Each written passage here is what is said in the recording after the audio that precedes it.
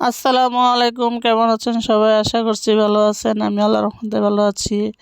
তো আজকে ভাজি করব বেগুন।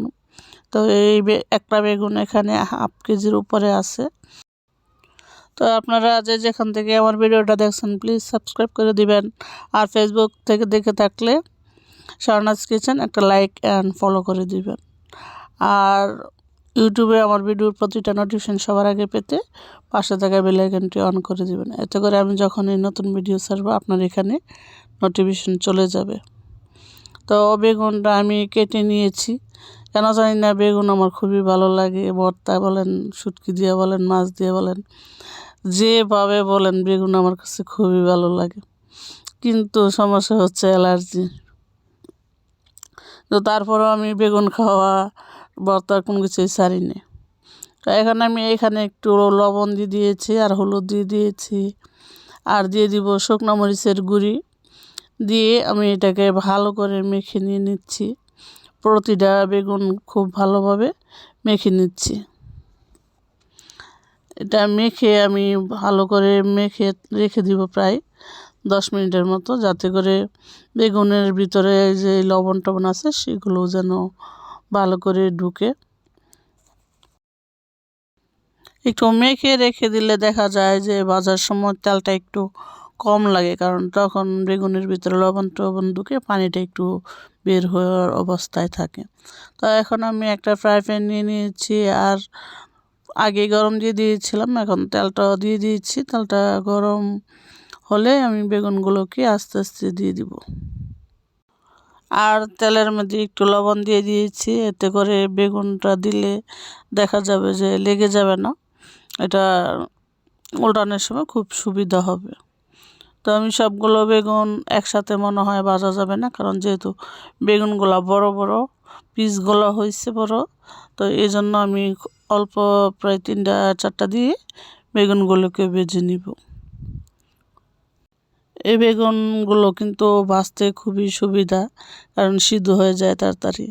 তো দেখতে পাচ্ছেন তারপরে কিন্তু বেগুনের তেল কিন্তু কম লাগে নাই। আমি কিন্তু অনেকখানি তেল দিয়েছি, এখন আবার দিচ্ছি। তো যদি এই লবণ দিয়ে না মেখে রাখতাম তা আরও বেশি তেল লাগতো।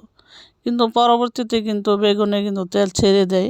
যখন আপনার ভাজা হবে বা ভেজে রেখে দিবেন তখন দেখবেন প্রচুর তেল বাটিতে একসাথে যে জমা হবে।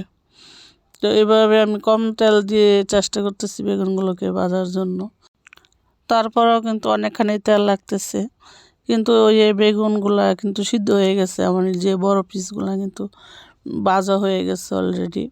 এখন আমি পাশে আরও কাঁচা কয়েকটা দিচ্ছি, যাতে ওইগুলা হইতে হইতে বাকিগুলাও যেন আস্তে আস্তে একটা পর্যায়ে চলে আসে।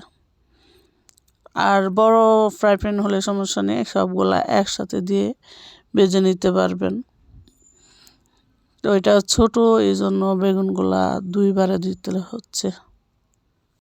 এই বেগুন ভাজা খেতে গেলে চোখের যে সমস্যা হয়, অ্যালার্জি, চুলকানি, কেন জানি না, তারপরও বেগুন খাওয়া ছাড়তে পারি না। তো এখন বেগুনগুলো প্রায় ভাজা শেষ। তো আমি এখানে কতটি শুকনো মরিচ দিয়ে দিয়েছি, কারণ বেগুন ভাজার সাথে যদি শুকনো মরিচ আর কাঁচা মরিচ না খাই তো মনে হয় যে কিছুই খাওয়া হয়নি। আর বেগুন ভাজার সাথে কাঁচা মরিচ এত ভালো লাগে কি বলবো। তো মরিচগুলোকে আস্তে আস্তে বাছতেছি যাতে মচমচা হয়, সেই জন্য।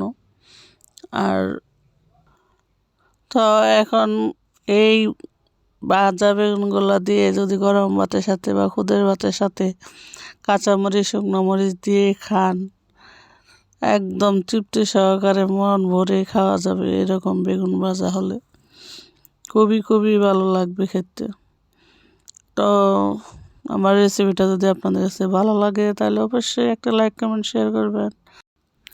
আর ফেসবুক থেকে দেখে থাকলে একটা ফলো দিয়ে যাবেন আর লাইক দিয়ে যাবেন। তো আজকে বিদায়, সে পর্যন্ত ভালো থাকবেন। দেখা হবে নতুন কোনো ভিডিওতে। সে পর্যন্ত ভালো থাকবেন। আল্লাহ হাফেজ।